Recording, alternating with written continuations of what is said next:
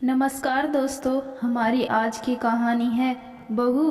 तुम्हारा पूरा दिन अपने रूप को बनाने संवारने में निकल जाता है। यह सुन बहू को आया गुस्सा।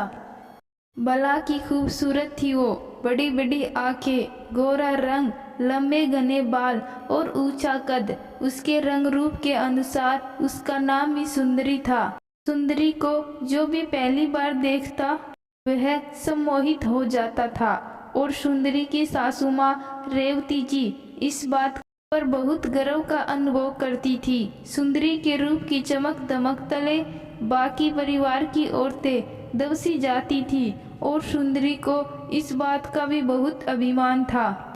वो परिवार के किसी भी शुभ अवसर में स्वयं को सर्वश्रेष्ठ और दूसरी औरतों को नीचा दिखाने का भी एक अवसर नहीं छोड़ती थी। कोमल, जो सुंदरी के रिश्ते में जेठानी लगती थी, उसे बेवजह ही सुंदरी की अत्यधिक सुंदरता का नतीजा भुगतना पड़ता था। कोमल की सास देवकी जी सुंदरी की सास रेवती जी की बड़ी बहन थी और सुंदरी व कोमल के रूप में हमेशा तुलना करती रहती थी। कोमल भी आकर्षक व्यक्तित्व की मालकिन थी, पर सुंदरी जितनी चमक दमक उसके चेहरे पर नहीं थी। वह गुणगान और अच्छे स्वभाव की थी। देवकी जी को उसे व्यवहार से कभी कोई शिकायत नहीं होती थी, पर जब सुंदरी का जिक्र चलता तब रूप का पलड़ा गुणों के आगे भारी पड़ जाता था।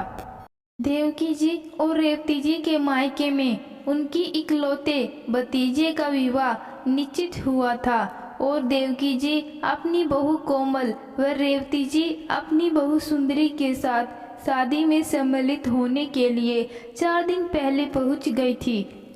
मेरे हाथों में 9 चूड़ियां हैं। यह गाना ढोलक की थाप पर चल रहा था और हंसी ठिठोली का माहौल चारों ओर था। एक वेटर जूस परोस रहा था।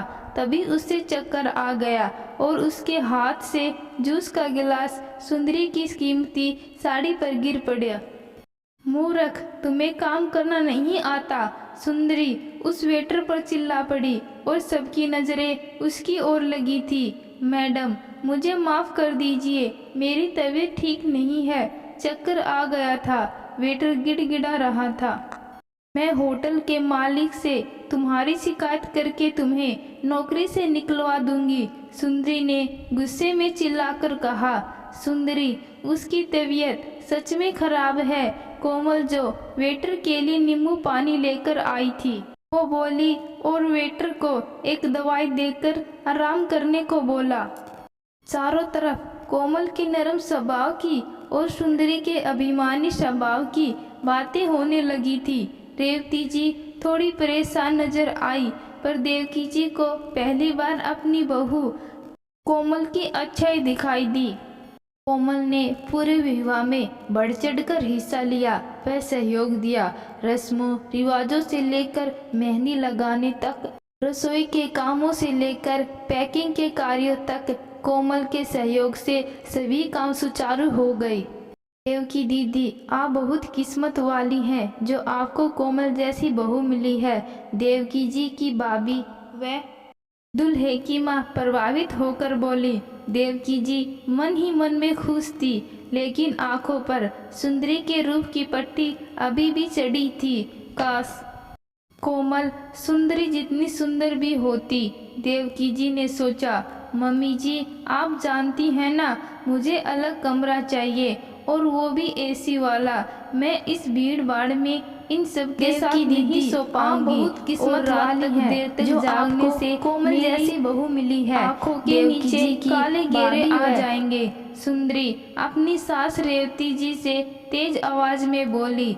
सबके बीच में बहू द्वारा तेज आवाज से बोले जाने से रेवती जी सकपका गई।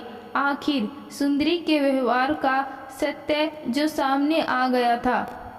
देवकी जी का भरम आज पहली बार टूटता नजर आया। अब उनकी तुलना का पहलू दूसरा था। वह मन ही मन कोमल के नरम स्वभाव की और सुंदरी के अभिमानी स्वभाव की तुलना करने लगी। रेवती, क्या सुंदरी हमेशा तुमसे इस तरह से बात करती है? देवकी जी ने अपनी छोटी बहन से पूछा। दीदी, सुंदरी एक रूप गौरविंता व बदतमीज लड़की है। उसका सारा समय अपने रूप को बनाने संवारने में निकल जाता है। वह घरेलू कामों में मेरी कभी सहायता नहीं करती है। अपना शरीर बेडौल होने के डर से वह माँ भी नहीं बनना चाहती है। मैं और शेष घर वाले उसके अभिमानी स्वभाव से बहुत परेशान हैं। मेरे बेटे का जीवन खराब हो गया है। रेवती जी के आंखों में आंसू थे। सच्चाई जानकर देवकी जी हैरान थी और वो अपनी हीरे जैसी बहू कोमल की अच्छाई नहीं देख पाई और सुंदरी के रूप से उसकी हमेशा तुलना करती रही। आज देवकी जी को अपनी बहू अच्छी लगने लगी थी। कोमल ने उनकी गृहस्थी की भागदौड़ अच्छी तरह से संभाल रखी थी। 2 प्यारे बच्चों की माँ थी और उनका बेटा हमेशा खुश रहता था। एक माँ को इससे अधिक क्या चाहिए? रेवती, तुम तो सुंदरी के रूप को लेकर हमेशा गर्वित रहती थी। देवकी जी ने पूछा। दीदी, एक झूठ के आवरण से मैं खुद को कैद कर रखा था ताकि घर की बातें बाहर नहीं जाए, पर सुंदरी के कुटु स्वभाव ने सब जग जाहिर कर दिया। दीदी, रूप भी तभी अच्छा लगता है जब उसमें गुणों का समावेश हो।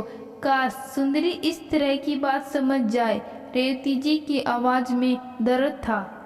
बिल्कुल समझेगी मौसी जी। मैं सुंदरी को अपने विश्वास में लेकर विनम्रता से समझाने की कोशिश करूंगी।